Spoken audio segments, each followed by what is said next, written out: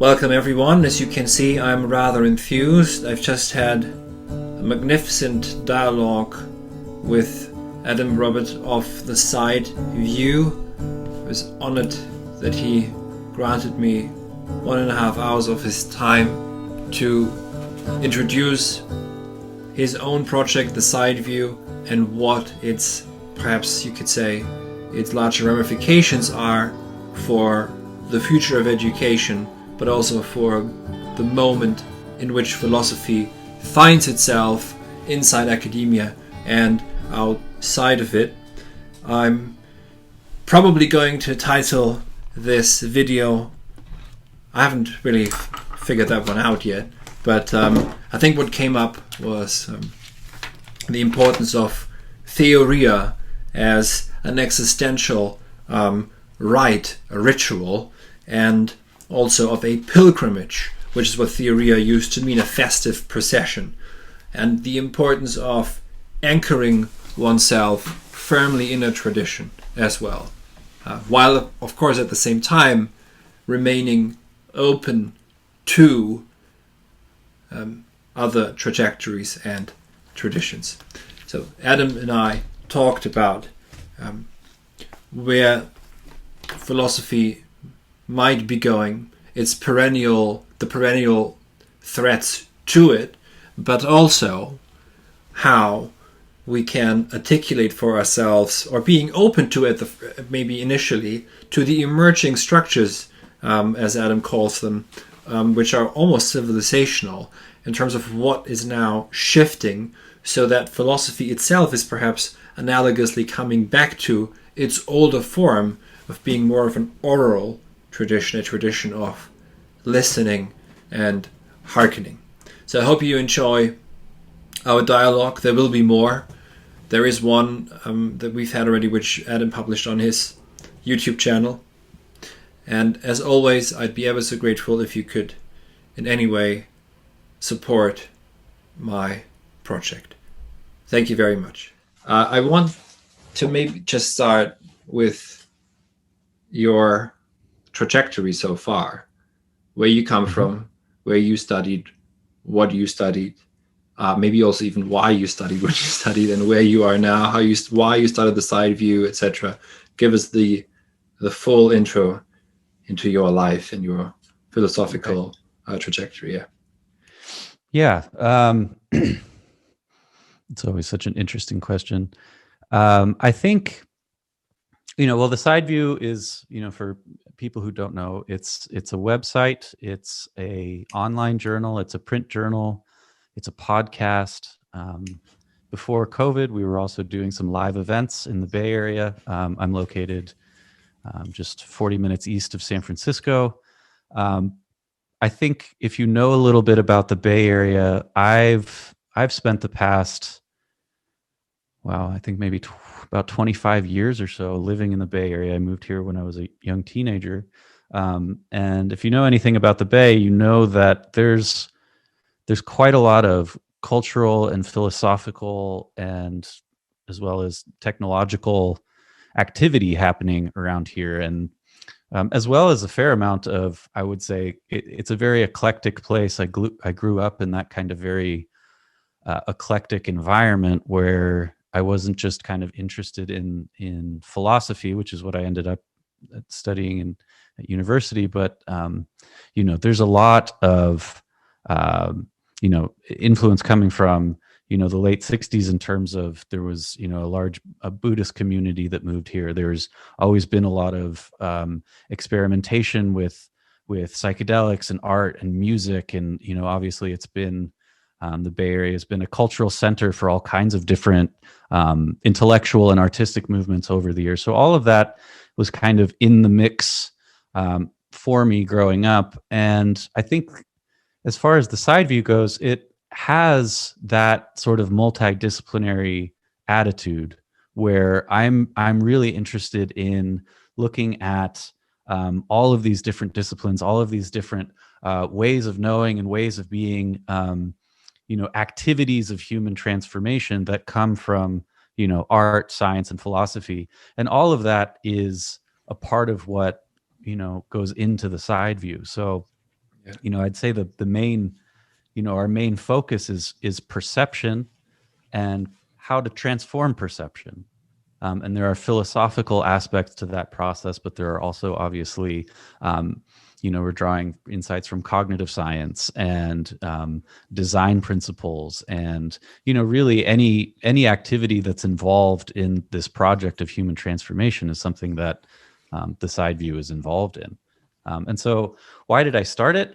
I had the sense that there was so much being left on the table in terms of what people were doing in the academic environment that wasn't taking advantage of everything that was happening technologically on the internet, in terms of the ability to share and have conversations and produce new kinds of media that could circulate in these new environments and start different kinds of conversations. So I wanted to take that kind of multidisciplinary perspective, but then also combine it with all of these new possibilities that the university just didn't seem like they were picking up on very well. So, as you mentioned, the Bay Area, so obviously there's Hubert Dreyfus was there at Berkeley. I think also someone involved with the invention of the internet. I currently forgot his name, but I think he's the founder of one of the founders of the Long Now Foundation, as far as I know. And what is it that you think then, because you mentioned the university and that they were not up to scratch with what's currently possible? And we've talked about this when I was on your channel, what the possibilities are, but also maybe the dangers of it. What happens when there are no gatekeepers, for example, right? Are we becoming the gatekeepers? Are we good enough to be the gatekeepers, etc.? But what is it that appeals to you in running the side view and everything that comes with it? And what is it that the academic sphere is not maybe doesn't understand about what's possible now, and or what they're lacking, maybe even? Well, I think two of the really obvious things are one, there's this whole issue of most academic research living behind a paywall or requiring access to some kind of university database that if you're just an interested, intelligent person looking for resources on philosophy or science or whatever it is that you happen to be interested in, a lot of those things are by nature inaccessible, which means that on the one hand, if you're not plugged into those networks and you don't know how to use them and navigate them, you can't get access to those conversations and that information. On the other hand, if you're a part of that world, if you're a part of that academic world, you're actually limited in your ability to just sort of spread that information with people who exist outside of the university system. Yeah. So there's a whole problem there in terms of just the way that kind of knowledge gets produced, and then how it's able to circulate. And then on the other hand, it's not, in my experience, there's very little attention paid to the aesthetics, the design, the delivery. I mean, in terms of the content, there's maybe an issue with, it's mired in a kind of technical in-group sort of jargon, but it's also, to my mind, not presented in a very appealing way. So I wanted to create something that gave more attention to design and aesthetics, and was something more like people are used to seeing out in the world of design and art, and less like your average journal article. So I thought it should be the ideas should be written in a way that's accessible, but the design should also be kind of part of that experience of reading, and it should be something that you can share, right? So I like the print format. I think there's something very important about print. It's still, I think, the best way to read, especially sort of deeper, definitely, more sustained engagements with text. It's the best way to do that. But there's also something to be said for being able to share free links online that can circulate through Twitter and different social media accounts and stuff like that. So we try and do a little bit of everything. So you can read it online, you can read it, on an e-reader, but you can also buy print copies. And I think that there are ways of expressing ideas in each of those formats. And of course, in audio on the podcast, there's a whole group of people out there who simply prefers not to read. They prefer to listen, and they prefer to engage in conversations like this one. So how many different ways can you make these ideas shareable and appealing? And none of that is, in my opinion, kind of on the radar of university systems today, especially, when it comes to publishing articles and books, and to say nothing of sort of the conference culture of how those conversations happen. We could make all of that available to people in general. And so that's what we're doing. I don't know if you know Nicolas Gomez Davila, who's a Colombian reactionary Catholic. No, I don't think so. Who has a great collection of aphorisms. One of them is, there's no punishment for the modern world is the punishment. Another one is that that's more pertinent to our endeavors here, is that he said in one of the aphorisms, I paraphrase, in philosophy departments, philosophy only hibernates or overwinters. But then he says something else, which is something perhaps as a warning, and has been a warning since Socrates and the sophists, and is something I'm acutely aware of the dangers of the marketplace. He says that as soon as a philosopher enters the marketplace, he begins to offer self-help. And so that's perhaps one of the tensions, one of the problems that I see in terms of, is it not worth, you can comment maybe also because you've written a piece on Hadot's philosophy as a way of life, which I'm happy to link to.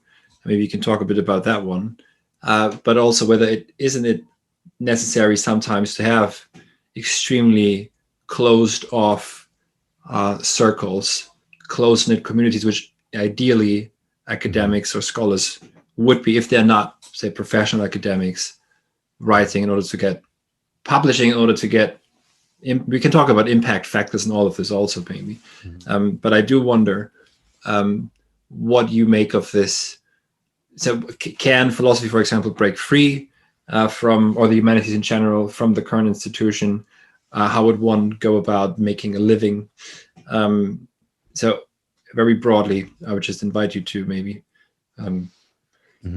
use on this. Yeah, I think all of these topics of conversation, they exist on a continuum of different tensions and different concerns and different things that need to be attended to and have their own kind of value in different kinds of contexts. So, we can talk about things like academia kind of being a kind of inward-facing, jargon-filled, kind of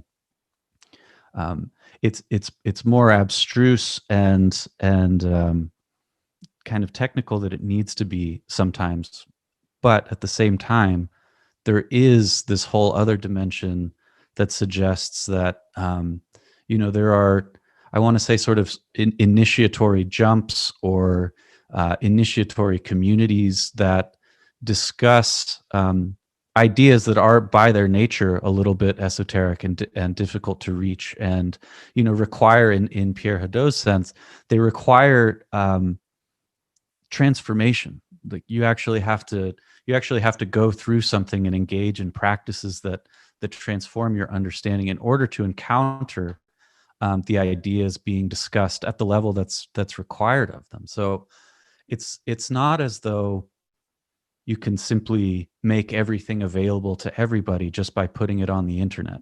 So there's this whole other question there of what is the training that goes along with with circulating ideas? What is appropriate use of complex concepts and ideas that help you get at the subtleties of the things in question?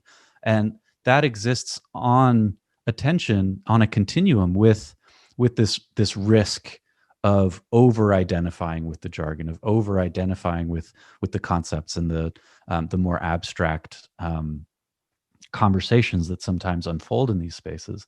And so there's that tension between both of those things, right? And we need to figure out, if we're going to have these conversations, there are mechanisms in university systems, in philosophy departments, and so on, systems of teaching that take students through in a successful way these different stages of understanding, right?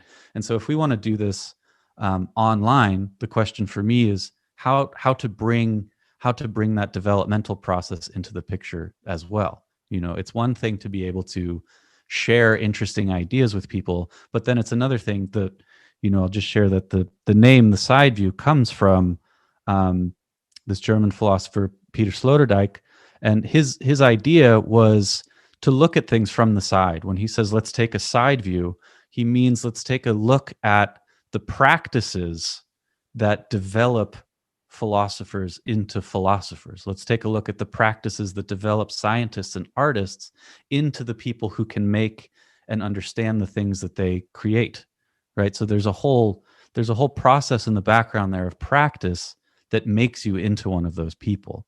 And that's a different question to me than just being able to write an article and share it online.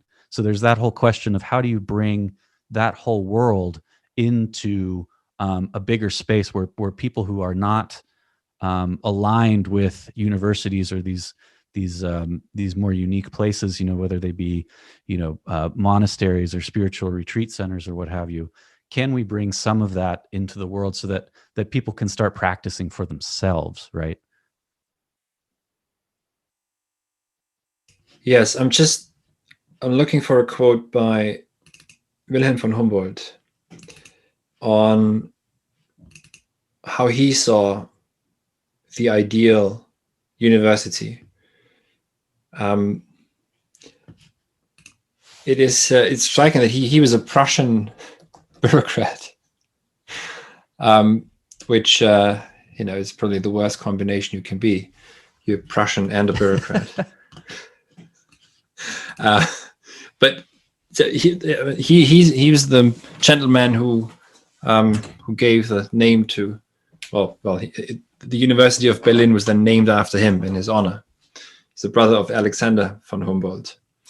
Now, university teachers, he thought, and this was written actually, he's a bureaucrat for Prussia, for the Litauische Schulplan, for the school board or the school planning the schools of Lithuania, then a part of Prussia. And he said that the university teachers should be individuals who have reached fulfilled knowledge and who dedicate their lives to the enhancement and furthering of the sciences. And here's a long quote from Humboldt. The insight into pure science, which only the human being can find within herself, is reserved to the university. In order for this self-act to take place in a most authentic sense, both freedom and helpful loneliness are necessary. And from these two aspects, the entire formal organization of universities arises. Taking seminars is a minor matter. What is essential, however, is the community of like-minded peers. And he also warns in his text, The Sphere and Duty of Government, quote, that without what we would call otium, or genuine leisure as the basis of our culture, all business becomes in time merely mechanical, while the men who are engaged in it also relapse into machine, and all genuine worth and honesty in proportion as trust and confidence are withdrawn.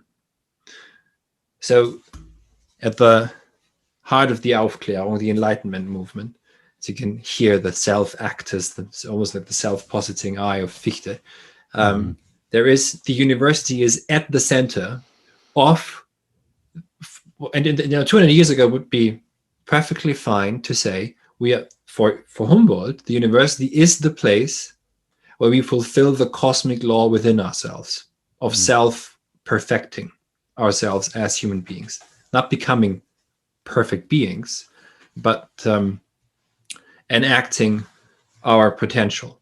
And the place for it is the university, where the diversity, the beauty of the diverse world comes into one. And because we become one, we form our character through our knowledge, and therefore don't relapse into machine, even in the face of a burgeoning bureaucratic state. And this is entirely lost. What I find striking is that universities do not claim very often anymore to pursue truth, or to seek truth, or to propagate truth, or even, as you mentioned, the transformational development of students. The curricula, as far as I could tell, were very schooled, meaning you get credit points. You're taking courses in order to get a degree, but the purpose of studying is never once explained. Why is it why do we study at a university?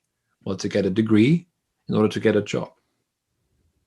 If so, the purpose seems to be lost.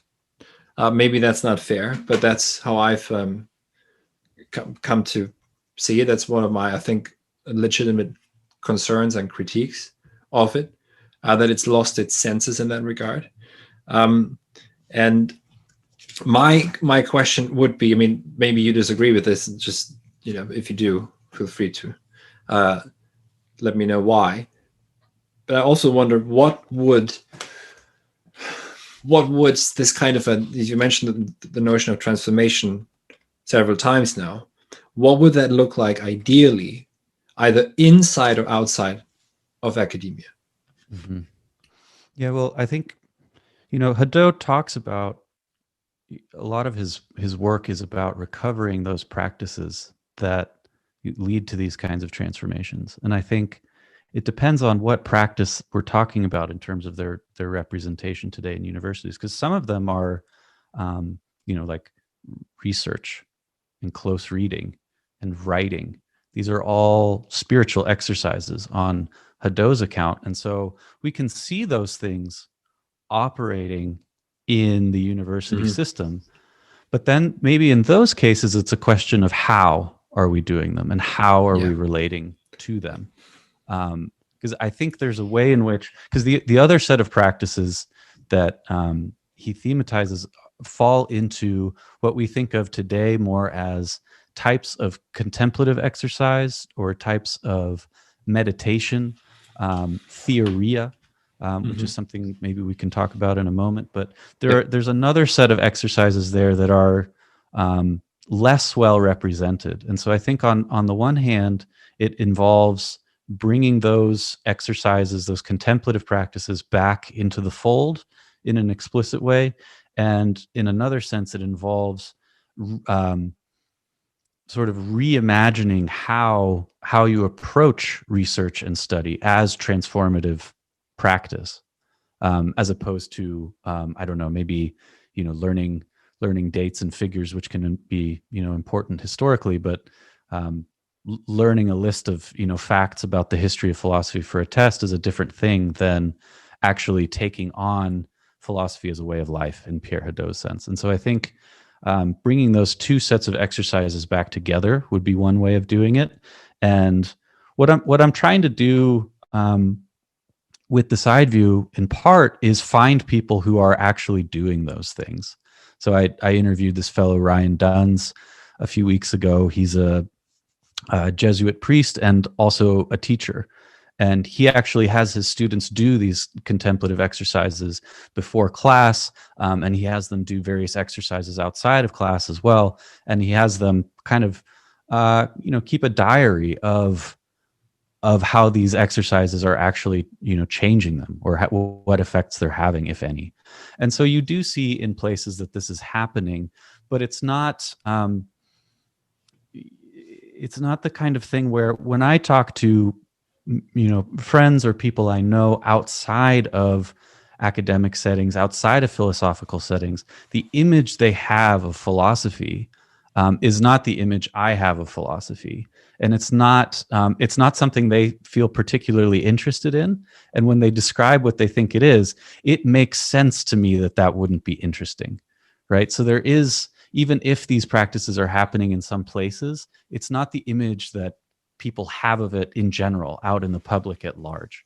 And I would like to, one, increase the number of places where these practices are happening, but also do something about that image. Do something about how people perceive what philosophy is. And I think when you start to understand Hadot's conception of philosophy, which is not unique to him at all. In fact, his point is we've sort of lost this tradition that's in plain sight, but it's there. You can drop into any period in the history of philosophy and find it. It's not, but like I said, it's not the image that people have. And so people say, well, I get this from psychology, or I get this from my spiritual practices, or I get this from my meditation group, my mindfulness group. You get this kind of Buddhist inflection. I find that there are elements of all of those things in philosophy, right? And they have been practiced as part of philosophy for a very long time. But that sense of it has been lost. And I think that there are also things that you get out of philosophy that you don't get out of these other things. Like, this is what you were saying, when we go into public, philosophy becomes self-help. And I'm thinking, well, what's wrong with self-help? Self-help is a good thing, but there's also there's a level of theoretical and conceptual and sort of scholastic understanding that comes from doing these exercises in conjunction with the texts, and, like you said, as part of a community, as part of a community, and as part of a culture, right? And so that's I think where the disconnect is. And I think the university system can't really plug into, by design, many of those features. And so philosophy ends up looking very different. But it should be possible. I mean, it should be actually able, because this is what it was founded on. No, that's why I find it so striking that when did this loss occur? When you think back, the lectures that Hegel gave, they were sermons, basically. He was preaching, almost, you could say. When you read, I don't know if I mentioned this to you, but I keep mentioning it. I don't have the copy over here. Paul Natorp, Philosophische Systematik, Philosophical Systematicity. Sounds very dry. It was a lecture course given in the 1920s in Marburg. He does speak of the crisis of philosophy at the time. He speaks of the field of ruins through which we have to wade now, unfortunately. But it is a very difficult book. It is a very difficult lecture course, but it was an original lecture course given maybe once or twice, and then published as a book. When I think what kind of lecture courses Heidegger gave, 1929, Fundamental Concepts of Metaphysics, on boredom, and boredom as the fundamental attunement of our age. And compare this with what's going on now, PowerPoint presentations, which are read off and pre-recorded now with COVID. I don't know if you know anything about this, when you think this might have occurred, but I wonder why there isn't why there isn't more of a revolt or rebellion against it. Why do you even study philosophy if you've got no genuine passion for it? If it becomes sort of just another career path, which comes with also with some status and privilege, perceived status because you have a title. I wonder why this tradition was lost, which was exactly this practice that you described. This research, reading, writing. These are spiritual exercises, as Hadot would put it. Theoria, by the way, as you know, used to mean festive procession. Yeah. And it's quite recent. But on the other hand, Heidegger also has already in the 1920s a few things to say about the university being now no longer a university, because disciplines no longer have anything to say to each other, and it's just now bureaucratic organization. But is it? Do you think all hope is lost with academia? And it must. This, what Hadot describes, what you describe, this must happen somewhere else. Yeah, so that would be my.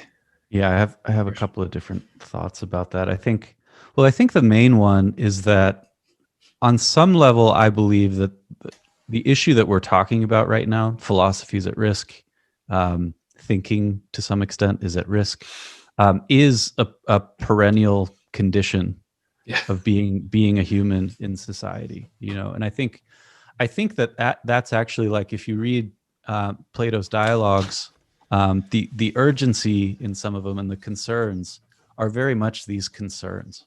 There's a sense that sophistry and rhetoric are widespread. Doxa is widespread. We need we need skillful means of dealing with these things and of separating Yeah. philosophy from merely rhetoric and things like that. So I think to some extent the issue is just our condition, right? So on some level, I don't think it's a new thing. I think it's something that each generation has to confront again and again, and the circumstances of that confrontation change.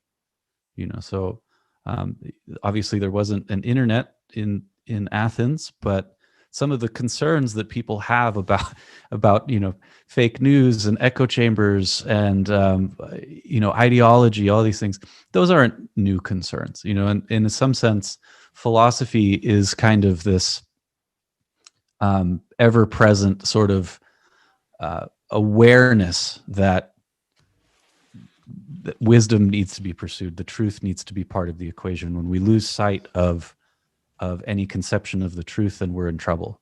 And we're in some sense always at risk of losing sight of the truth, right? So I think it's, on the one hand, I think it's just our condition. I think it's part of being a human. But then as far as, sort of more historically specific things that we could say, I mean, I think part of it has to do sort of straightforwardly with this differentiation process that we've seen happen in our relationship to knowledge in general. And so as knowledge differentiates, we get an increasing number of disciplines and subdisciplines. So if you want to understand philosophy properly in its sort of Platonic Socratic context, then to say that philosophy stands against something that today we would call religion or spirituality doesn't really work. And to say that it stands against something that we would call science doesn't really work either. It's a more integrated thing, right? And this has everything to do with this word theoria that you just mentioned, which is theoria is the word that we get our word theory from, but the original etymology of this word points to a religious festival, right? They wouldn't have called it a religious festival. That's our modern language being projected back onto it. But if you looked at the nature of these festivals, you would call them religious ceremonies or religious rites. And the theoria, the therios, the person who engages in theoria, the therios, would travel often to a different town, or there would be some kind of a pilgrimage involved. They would leave where they live, go somewhere else. They would engage in one of these festival rites. And the festival rites, they involve an experience of some kind, a kind of a ritual experience. And this ritual experience is transformative. It's in some ways a significant event that precipitates some kind of transformation in the person who undergoes it. That person goes back home and tries to give an account, right? In Plato, we have this, telling likely stories or giving accounts of things. So you're giving an account of this theoric event, this transformative ritual, and you try and put it into words, right? And this is supposed to be an important part of the pursuit of wisdom, of the philosophical life. Okay, so where is that today? It happens. We can think of modern day analogs where that kind of thing happens, but it's not part of university curriculum, right? So there's this question of, like, Well, when we're doing religion or spirituality, we do it over here. When we do philosophy, we do it over here. When we do science, we do it over here. Um, Stephen Jay Gould once used that phrase, non-overlapping magisteria, right? That they have, these are things that have different spheres of authority, but they don't really have anything to say to each other. Well, that's like a very modern and different conception of how to relate to these disciplines than what we would have had in the earlier philosophical days. And so we have that. That's the second one, right? Is this kind of differentiation of knowledge into these compartments. And that leads to a certain kind of fragmentation. And I think it actually leads to a certain impoverishment of each of them, right? And then the third one would be Hadot's own answer, which I think is partially correct. And I think all of these have, some partial truths to them. But what Hadot says is basically that there was a big loss. He tells a story specifically about Europe's transformation into a Christian society and the way philosophy was separated from religion in an institutional sense when the religious activity kind of became part of the monastic tradition, and what we think of today in terms of philosophy as sort of rationality, reason, and conceptual analysis and things like that took root in the university.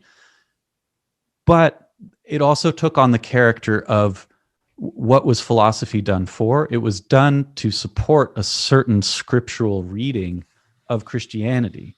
So instead of being a kind of search for truth in itself, it became this kind of handmaiden, right, of theology, a justification for different types of Christian social arrangements. And he says that basically gave rise to our modern university system. And we're still kind of running in that fragmented mode from there. I think it's a little unfair to sort of Christian philosophy and Christian contemplative traditions, but you get the sense that you can at least hold on to the idea that there's this, the modern university system institutionalizes these sort of living cultural traditions of philosophy. And from there, we get, what he calls discourses about philosophy instead of actual philosophy as a way of life, philosophy as spiritual exercise or transformative practice. So there's different ways of thinking about it, but the answer is somewhere in there. It's like it's a perennial issue. It's fragmentation of knowledge, and it has this institutional component. So there's a lot there to think about, but I think it's something like that. It is perennial. Philosophia, to throw around a few Greek words, everybody knows what that's supposed to mean. But why do they all of a sudden start speaking of a love of wisdom as opposed to the sophistes, to the sophists? Mm-hmm. The Heraclitus, Parmenides, Empedocles, and Anaxagoras, they're not philosophers. They don't think of themselves as philosophers. There's no philosophia yet. Heidegger says somewhere that in his essay, The End of Philosophy, that it was in order to counter the sophists that the love of wisdom came about, specifically to dismantle the attacks of the sophists to something, not just to turn truth into something that can be made operational in terms of rhetoric and winning an argument just for the sake of winning, but much more fundamental. What was it that philosophy, what is the task of philosophy? It's to grant an access to the world, to speak with the Greeks, sotsein phenomena, to safeguard or to protect, to save, to upkeep, to maintain phenomena so that the world appears, that something genuinely is there and shows itself. The often cited wonder or amazement at the word thamassein does not disappear behind a veil of sophist attacks on truth. So it is perennial. I think Hegel somewhere says that philosophy is strongest, this is a paraphrase, when it's dying, just as the owl of Minerva only spreads its wings at dusk. So I think it is perennial. I don't know. I haven't thought about whether philosophy really was made the maiden of Christianity. it certainly seems like this when you look at scholastic philosophy and early modern philosophy. They all kind of have to deal with questions of Trinity, the immortal soul, etc. At the same time, it's probably fair to argue that we are in a post-Christian world, that we don't, like Hegel or Schelling or so, or even Nietzsche, have to still concern ourselves with questions of, well, Christian metaphysics all too much.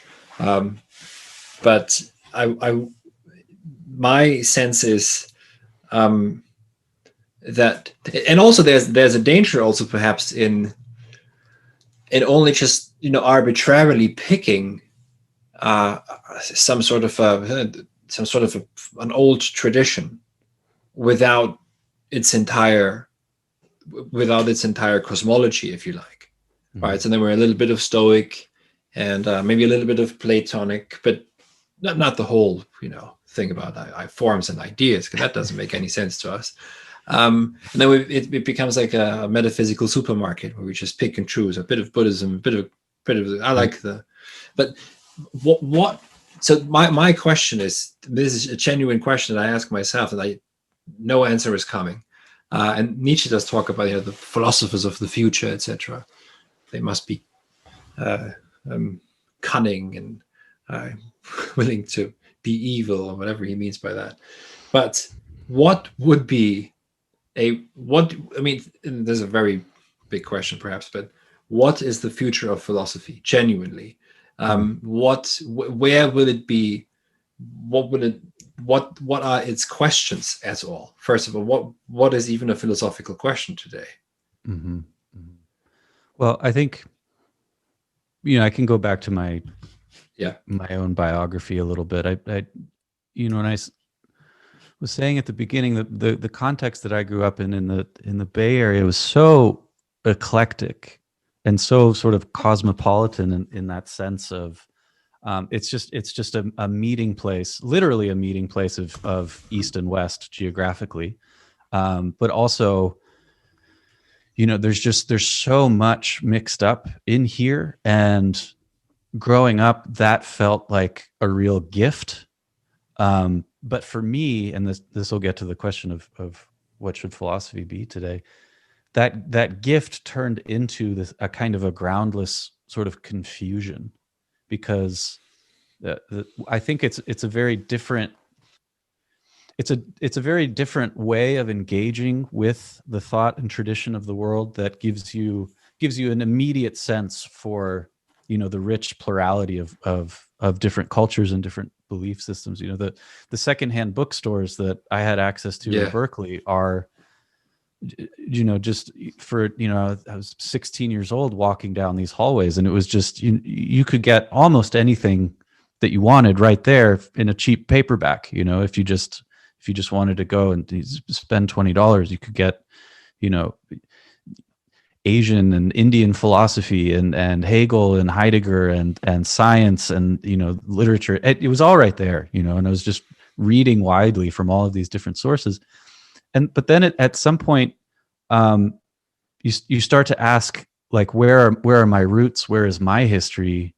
Where is my tradition? How do I want to make myself in the world? And am I connected to anything beyond just my own individual searching? Because some of the things that you don't have is like a multi-generational community of practice is something that I feel like I didn't grow up with. I also didn't grow up with, like I said, my family's from Sweden. I don't know if we were the first to leave the country, but we were the first in generations to do so. So you're disconnected from your family and your family history. And I realized, as I got a little bit older, that my story was the same story that so many people were experiencing, that there's this kind of over individualization, this over, like you said, you end up in the supermarket of ideas, and that has all kinds of strengths and benefits. But after a while, you start to look for something more, and I started to want to anchor myself into a tradition, a history, so that I Yeah. felt like I was a person that had, people that came before me, and that's when, I started focusing in a little bit more on, philosophy was the closest thing that I had felt to that. And then, but then even in that philosophical journey, it went from kind of, and I think it's kind of probably a normal arc there, right? Where I think you even said something similar in our last conversation. You go into, you start looking for, crazy, avant-garde, cutting edge ideas just because you're in that phase of your life anyway. But then, that gave way to like, okay, well, what's this grounded in? And so I've noticed that sense of tradition at some point became almost exclusively in the sort of the larger conversation, a reactionary position. Like you were saying, like that it's almost always cast in a negative light, and there is negativity there. But I think ceding that ground to literal reactionaries and just letting it all go is a very bad idea.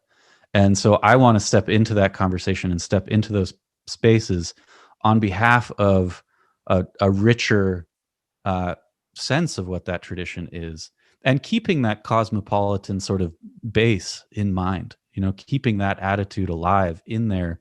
But also, so what are the philosophical questions today? The philosophical questions I have are, how can I continue this lineage in a way that honors it, in a way that makes me a part of it, but also feels like I'm not this unrooted individual self that's just kind of struggling on my own to understand things, because that's not how insight happens. That's not how understanding grows. And I don't think it's what we need right now. So I think we need something like a conversation that roots us back into some of these older and more traditional conceptions of philosophy. And I honestly don't know how to do that, and I'm still grappling with it. And I feel like it's something that I'm going to continue grappling with for a long time. But I know, you have these sort of flashes of insight that pull you in a direction. And I'm just following that sort of little flash and hoping that it takes me where I'm trying to go. Nietzsche says somewhere that modern Europeans are reactive talents, just on the point of reactionaries. But we need to be active talents. That's his call. Being less open to stimuli from outside, but self-initiate without tearing down everything. I think that's important. The question of honoring tradition, anchoring oneself in it. But something else that you said, it maybe to quote Osip Mandelstam, paraphrase what he says about language. Mandelstam says about language: to speak means to be forever on the path. Maybe we can say to philosophize means to be forever on the path, or forever to be a beginner, and forever only ever, to quote my friend Max Gottschlich, a laborer in her eternal vineyard. That's maybe the best one can hope for.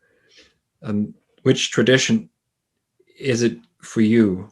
Is it the general tradition of philosophy or philosophia, or is there a particular one that you have devoted yourself to?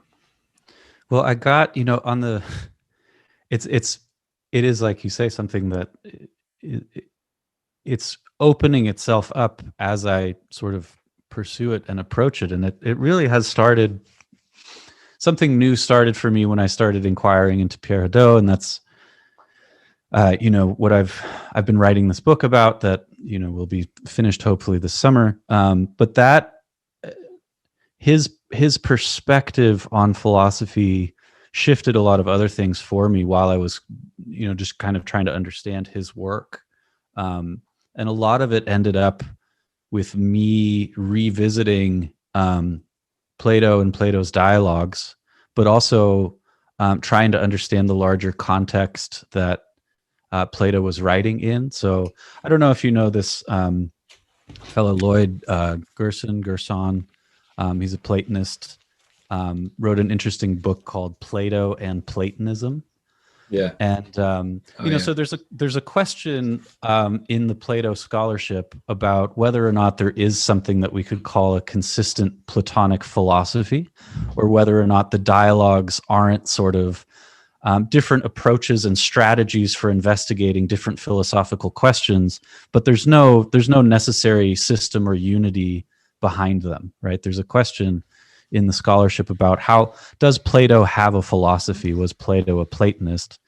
And this fellow Gerson says, yes, not only is Plato a Platonist, but he wasn't the first Platonist, which is a kind of strange thing to say. But what he meant was that Plato was inheriting an existing philosophical tradition and working his way through its different facets and attributes through the dialogues. But to be a Platonist means to be part of something that's older than Plato himself, and he's simply a carrier of that. And then I started looking into, you know, like I said, like the role of contemplation and theoria and participation. This other word, participation, the metaxu, the in between, different strategies for really kind of living into what Plato has Socrates describe in many of these dialogues. And that was a kind of I only went down that path because it was a little sort of tangent that Hadot had raised. And you know, there were in the scholarship, people had questioned whether or not Plato wasn't overselling this idea of spiritual exercise or existential exercise, and sort of reading it back. That word spiritual exercise is from the Ignatian tradition, you know, Saint Ignatius and the spiritual exercises. He just adopts that phrase and says, this, you know, this is what the ancient Greeks were doing. And so there was some criticism there about, well, maybe he's overselling this. Isn't this really more about like linguistics and reason and concepts and logic and these kinds of things? And I don't know, as a spiritual exercise is kind of muddying the waters a little bit. So I really wanted like the best case defense of Hadot's version, and it led me into this examination of Plato and what it would have been like to be a Platonist, and this whole idea of Theoria and the festival rites that we were talking about, all of the other spiritual exercises. Because it seemed to me that even if Hadot was wrong historically about what he was saying, he Yeah. seemed right about a method or approach to philosophy. So I wanted him to be right, and even if historically it didn't seem like it actually cashed out the way he said, I thought it was a good program anyway. But then when I did the historical digging, I found out that no, this is actually a very defensible position once you kind of do the history and the anthropology of those circumstances. So now I find myself kind of just thinking in that context. And you know, much later we have, you know, people like Alfred North Whitehead saying that, you know, all of philosophy is footnotes to Plato. And I think that's, you know, you can say what you want about that, but if you understand Plato to be, you know, this moment in something that precedes him, then it's not actually footnotes to Plato, because Plato himself is actually in those footnotes. So there's some deeper conversation happening there. And it helped to make sense of, you know, not just these philosophical questions, but it gave me a grounding for, you know, other experiences that I've had, you know, in my life, psychedelic experiences and so on. It gave me a language to talk about those things. So if there's a tradition that I'm a part of, it grows out of that context, more or less. I think Hadot, what I remember from the book, which I, by the way, came across thanks to following you on Twitter. Oh, nice. So that was 2 years ago, I think, when I started being active on Twitter. So early 2019, and then found you. Interestingly, right, how this always works, that it just, you somehow connect even though you don't know someone, and then was pointed to the book, read it in the summer of 2019, and something that just came to mind while you were talking about his take on Plato is what he says about Aristotle, and I'm paraphrasing poorly, but I think he says something to the effect that scholars today are often flabbergasted, discombobulated, another beautiful word, when they read Aristotle and realize that, oh, this is contradictory. He says this in this book of the metaphysics, but then he contradicts himself here. And he said, but these are lectures where he approaches a certain topic, which we may not even be aware which the topic really was, from different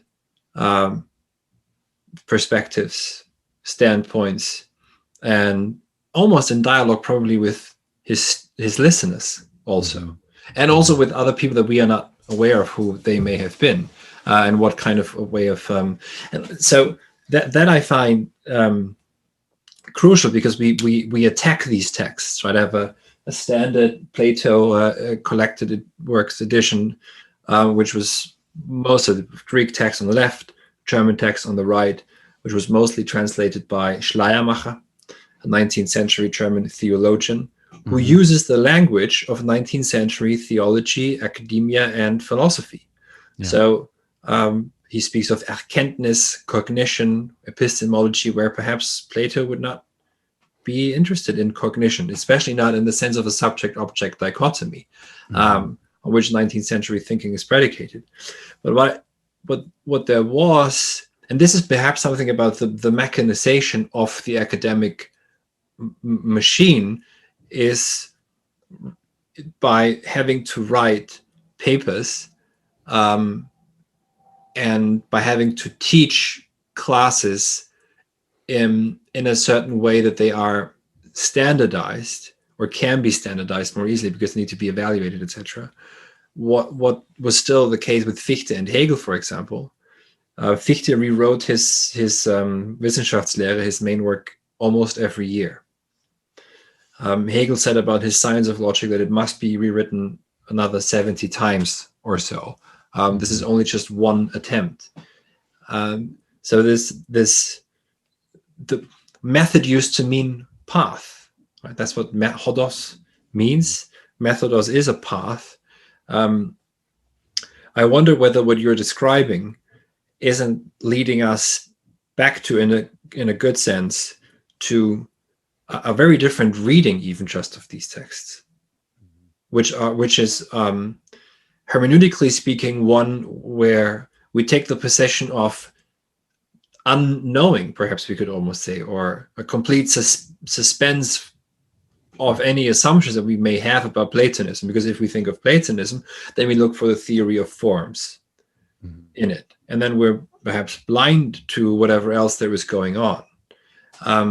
And maybe it's in the hermeneutical position of suspending all assumptions one may have to come to the text again in an original way, and then I think they can begin to speak to us again, so that they actually, and then they're suddenly this strange dialogue through the eons occurs again.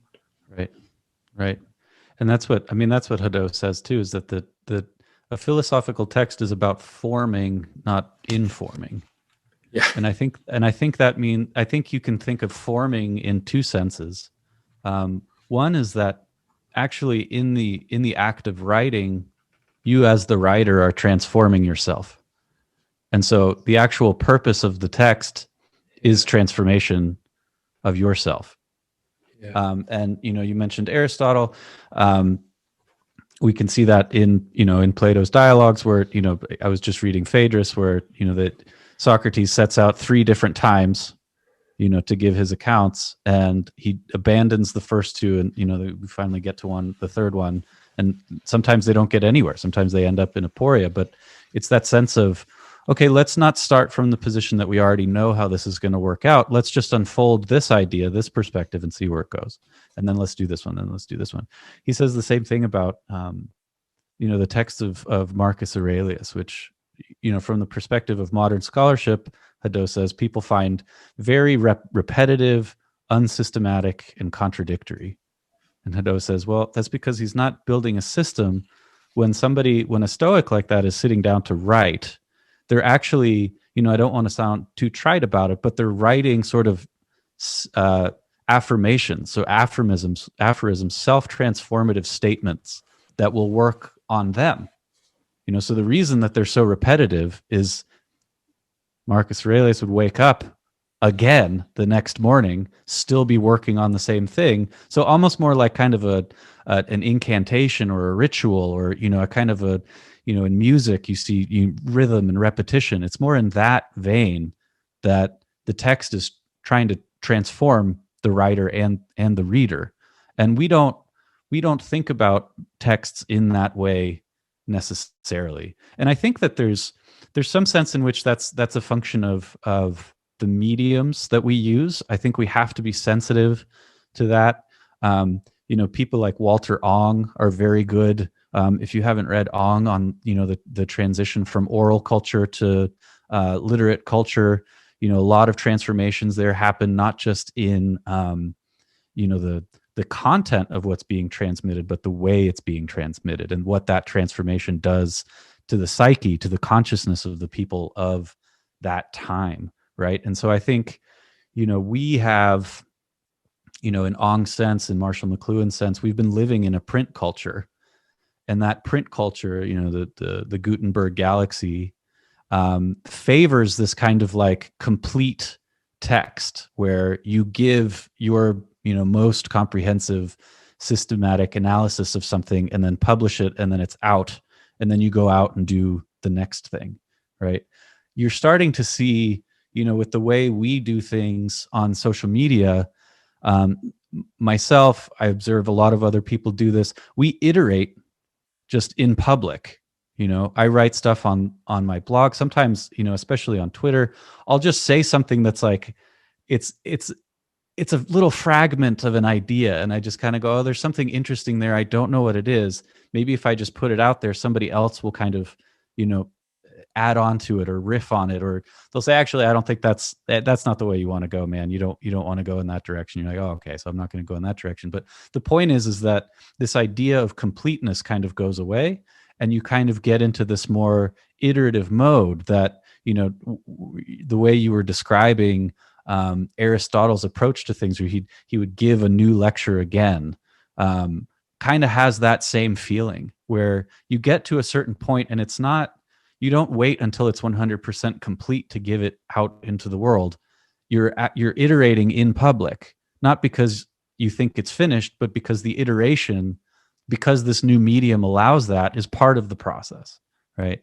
And I think there's something to be said for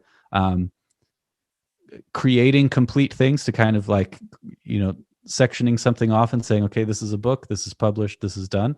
But we also have this whole new format where, aspects of the oral tradition of oral culture are coming back. Aspects of kind of iteration and repetition are coming back. And so it's different from, like I said, the printing press universe.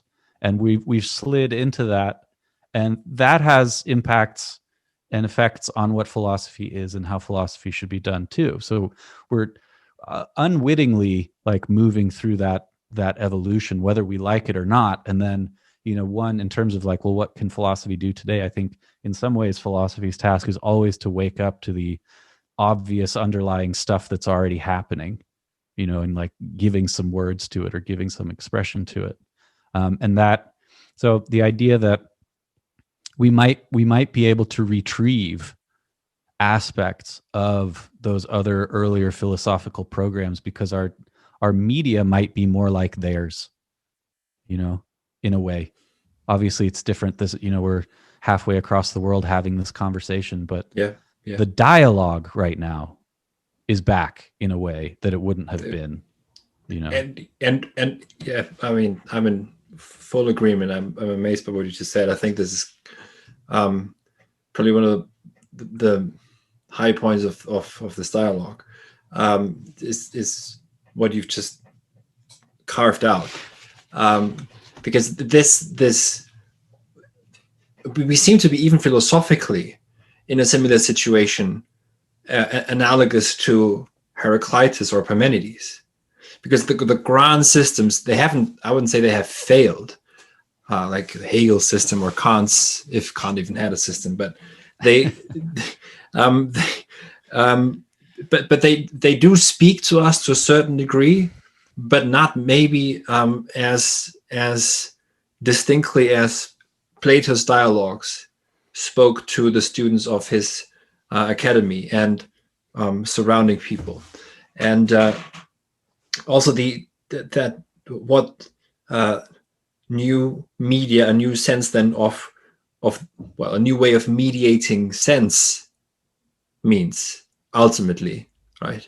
What kind of and the practices come with this.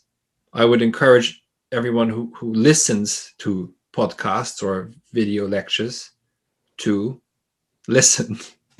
That's crucial, as silly as this maybe sounds, but to then be fully immersed in what is being said and to cultivate the art of listening, or a word that John Vervaeke has revived, I think, at least for me, to hearken to what is being said and laid out. And this is what, of course, a recording allows. There are other dangers, I think, that come with recording that we don't need to get into now.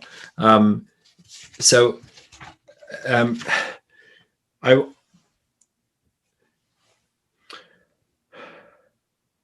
wonder what, in what sense then do you see what this decade will bring, with what's been bubbling up the past 5 to 10 years already, with an openness to, I don't know, online teaching, to have a bit of a self-directed curriculum, etc. What do you think will come in the 20s? Will they be golden to some degree?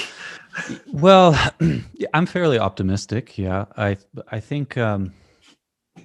I mean, it's hard to say because when you move into a question like that, for me, you move into the world of sort of nonlinear emergent structures, complex systems thinking, essentially. And I think we're already further down the process of that next sort of iteration than we understand. And I think COVID has certainly accelerated that, but I think we were heading in that direction anyway.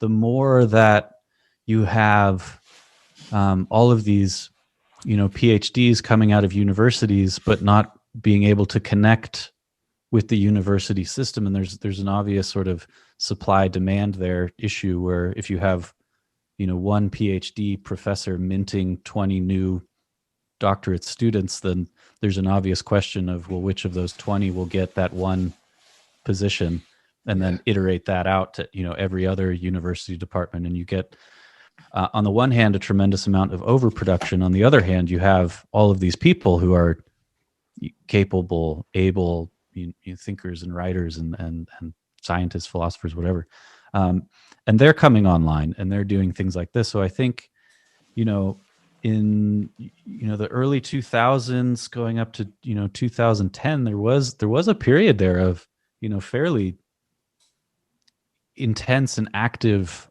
thinking happening on blogs and so on. And I think even if you just think about that, like there were podcasts, YouTube was a thing. You could have done a lot of that in this kind of context, but people weren't really doing it. And I think that if they had, you're trying to force this kind of fast-paced back and forth, essentially taking characteristics of live conversation and dialogue, but putting it into the written word, which is actually quite cumbersome. So I don't know if you ever witnessed any of these things, but you'd wake up and your inbox would be filled with blog posts, and it would be like in response to my earlier post yesterday, and then it'd be like here, and here it'd be like 7 or 8 other links to different posts. And you're like, oh my God, I have to read all of these to keep up with this conversation. Just imagine if that had happened, in an oral context, and there was more of that live dialogue. I think it would have changed the nature of that world altogether. And now we're in that space where that's possible. And so what does become possible when you do that? I think higher levels of coordination become possible. So instead of having, sort of single individuals kind of recording YouTube videos on their channels, just kind of broadcasting interesting ideas, you get the possibility for emergent structures that in human societies take the form of human communities, right? So you have like Halcyon, you have indie thinkers, you have the Stoa, you have their communities, right? And it's not like communities have never been able to exist online before, but we're bringing the audio, we're bringing the video, and like I said, COVID kind of pushed everybody who wasn't previously involved in that kind of media before right into it, and now it's kind of become a normal part of functioning. So I don't know, where does that go, but the ecology is getting more complex, and the possibility for larger, more collective forms of coordination have emerged. And so all of a sudden you can start to bring in some of those elements that previously would only exist in physical geographic spaces. You actually had to be physically somewhere in order to experience those benefits. I don't think that's going away. I think all of that, kind of much like once you have a new technology, it tends to continue going. Books continue to get printed and they continue to be important as books, but now we have podcasts, we have online blogs and newsletters and things like that. So they kind of accumulate, and you kind of find like the right use case for each type of idea. There's a medium that suits it better than others. But now we have the possibility for these bigger emergent structures. And I think to some extent we can direct that process through these initiatives that you and I are involved in. But I think a lot of it too, like I said, is emergent. And so some of the game is to just be sensitive to those emerging structures and kind of work with them, because we don't really know where we are, and we don't really know where these things are going to go next. But so it's kind of that. It's a little bit more like you're kind of surfing on these waves and trying to figure out how to work with the existing dynamics, maximize the good stuff, minimize the bad stuff. But I'm hopeful about it. I think it's going to create some really interesting things, and just this idea of you're talking about active listening. Like, what does it mean now that the primary way? Think about when do people start reading philosophy? Typically my experience is that people who are really into philosophy, who make it a part of their lives, they start when they're like 12, 13, 14, something clicks on in their brain, and they start needing resources, and so they find books, and they try to read books, and they try to get whatever's kind of available to them. That for me at least, was a silent literary experience, right? Whereas today, which is important, we want to preserve, which has important qualities and characteristics, but imagine today being that 12-year-old, that 13-year-old, and most of how you're relating to philosophy is now oral and listening to podcasts.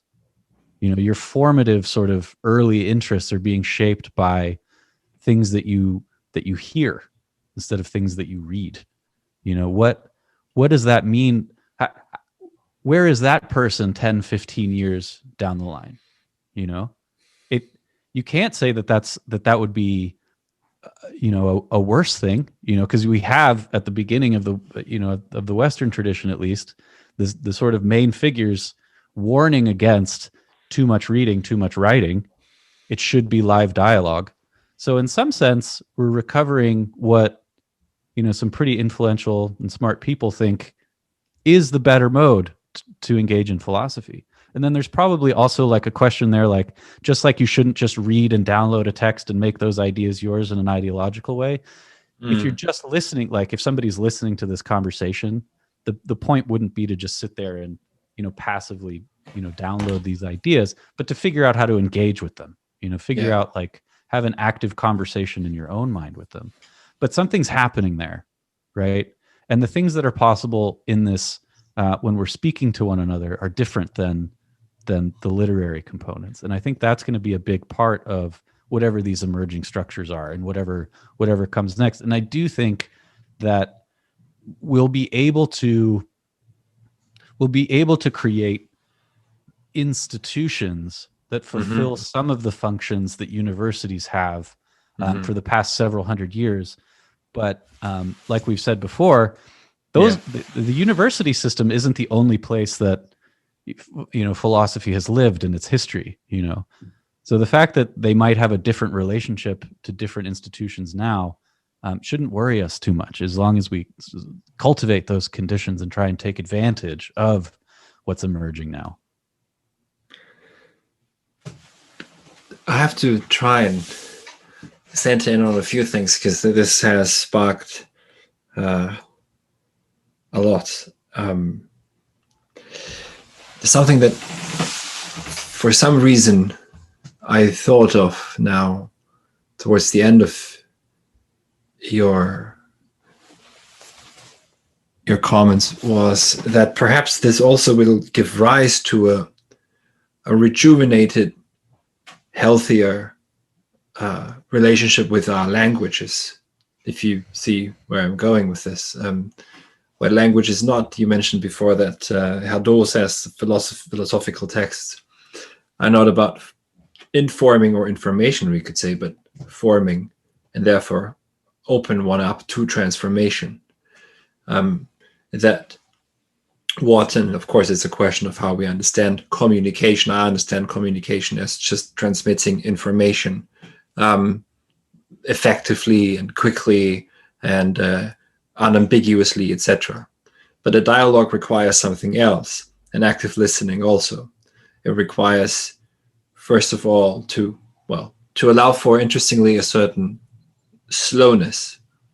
Right? There's no affectivity to what it is that's what I'm trying to say, but a working out as I'm listening to you what it is that this discloses or shows about our time. And at the same time, I really think that perhaps this could give rise to almost a renaissance of language. At the same time, there's of course the lingua franca is English. I'm speaking in a foreign language, but the English language has its great strengths, which makes it so open to be the lingua franca of the internet. And then there's something else I wanted to point to, which are almost, then I thought in the beginning, how can I fit these together? But they seem to be coming together, because what you were saying is about emergent or emerging structures. You point to something that's civilisational, one could say, that leads to shifts in how we organize our civilization, that are, and you mentioned the waves that we're riding that we don't yet quite know where any of this is going. But at the same time, do we need perhaps periods of withdrawal also from these intense, it's not about that there's anything wrong with being online, but being connected all the time. Because you mentioned the 12-year-old who may pull out a book by Franz Kafka or Camus, which often is the beginning, right? And we feel that something is strange in the world, so let's just read L'Étranger, and we do find ourselves mirrored, or the Metamorphosis by Kafka, which was for me very striking, or Homo Faber by Max Frisch. But needn't there be, and I'm thinking about this for myself, how I will perhaps structure and organize my public work, that there is just maybe 2 months in the summer or so, which is I'm not even anywhere near being available, and I'm also already making myself less available, because I find that if I am in touch with too many people, too many private students, too many podcast invitations, interviews, etc., it just becomes radio. I keep repeating myself. I say almost nothing in the end. This is what I mean. This heating of language, of an access to the world, which language ultimately is. So these were just some thoughts, if you'd like to. I think, what you're saying is really important and will become increasingly important. And I think, like I said, so many of these themes that we're talking about are perennial problems. They take on new shapes and have, or new qualities and characteristics to them. But that need for withdrawal and seclusion, I think, has always been important and has always had sort of competing,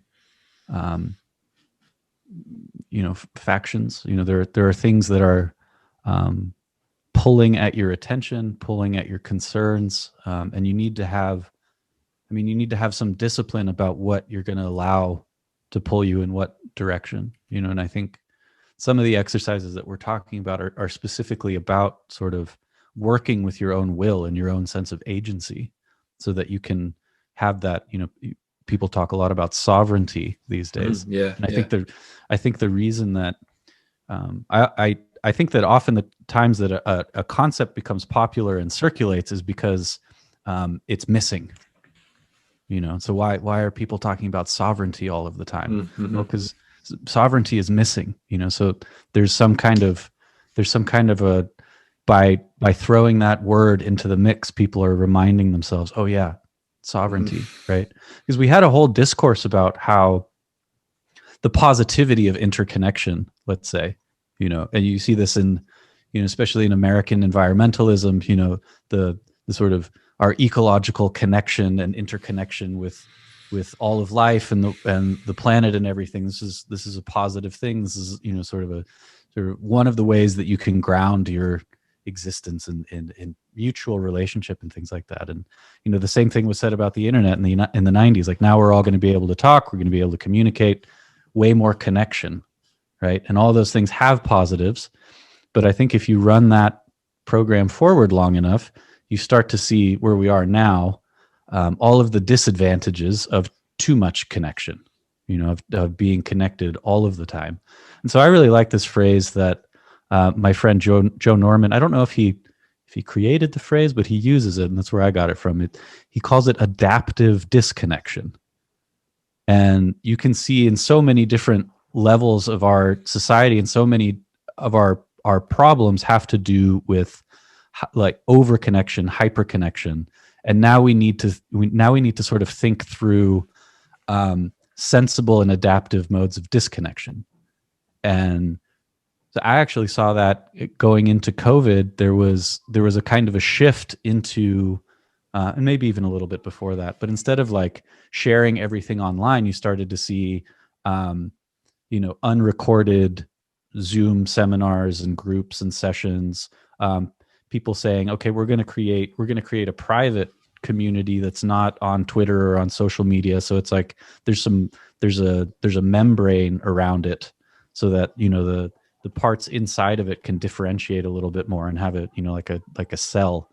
And I think that's true of your own work as well. Like there's a time to be sort of out sharing, talking, conversing, taking in new ideas, and there's a time I think that you need at least once a day, multiple times a week, turn everything off. What are your thoughts doing? What are your feelings doing?